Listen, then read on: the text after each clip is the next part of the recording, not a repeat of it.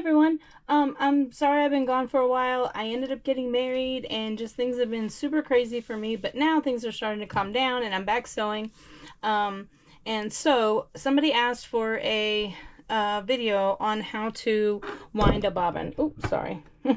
How to wind a bobbin like this. Okay, now the Janome is great for this. It fills the bobbin all the way up to the tip, and some bobbin winders do not. They only fill them like halfway. Here's one that was done by another machine, and it is not even all the way filled. You can see. But the Janome fills it all the way full. Okay, so let's get started. We're gonna do. Oh, let me tell you the machine we're on. Okay, we are on the Janome Memory Craft 9850. Mine just happens to be a special edition. I'm not sure what difference that means or what that is, but anyway, so I'm sure this works for all Janome machines. They're all quite similar, and I have to tell you that I absolutely love this machine. So we have our bobbin here, and we are I'm just going to set it on here for right now while we wind it. So here's our thread. I'm using Gunnerman, and this is 100% polyester. It's for a project I need later. So I'm going to take the thread, and you want it to come from the back of the spool when you load it into your machine. So I have that going. Let me get a little. So we'll put this on here. Now, one thing I do want to note is that when we threaded the machine, we went, this is our number 1, and then we have number 2 here, and so we went that way and then down into the throat of the machine. But we're not going to do that this time. We're going to stay with number 1, 2, and then we're going to go around for number 3, okay? So, let's start with that, and right now, we're going to take the, I'm sorry, I forgot the cap. So put the cap on your thread so it doesn't get caught. Alright, so here we go. We got some thread, and we're going to start here with number 1. Alright, just like if we were threading the machine, but we're not. We're going to wind this bobbin. So number 1, and then number 2. Here we go, number 2. And go around the metal piece. Don't skip it, okay? Go around like this.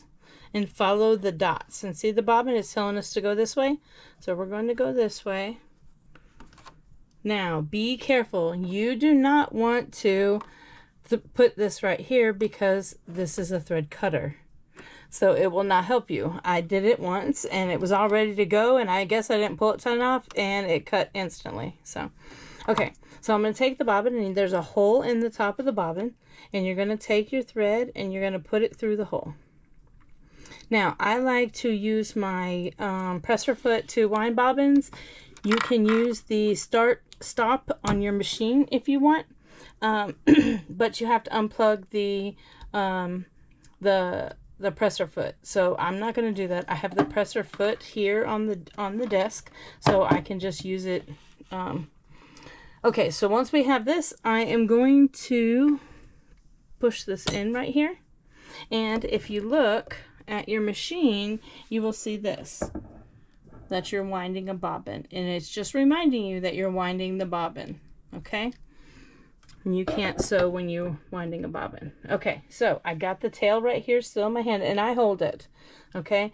Some people don't, they just let it go, or they wind it around a bunch of times, and you don't have to wind it around a bunch of times. Just hold your tail right here, and you'll see what happens. So here we go.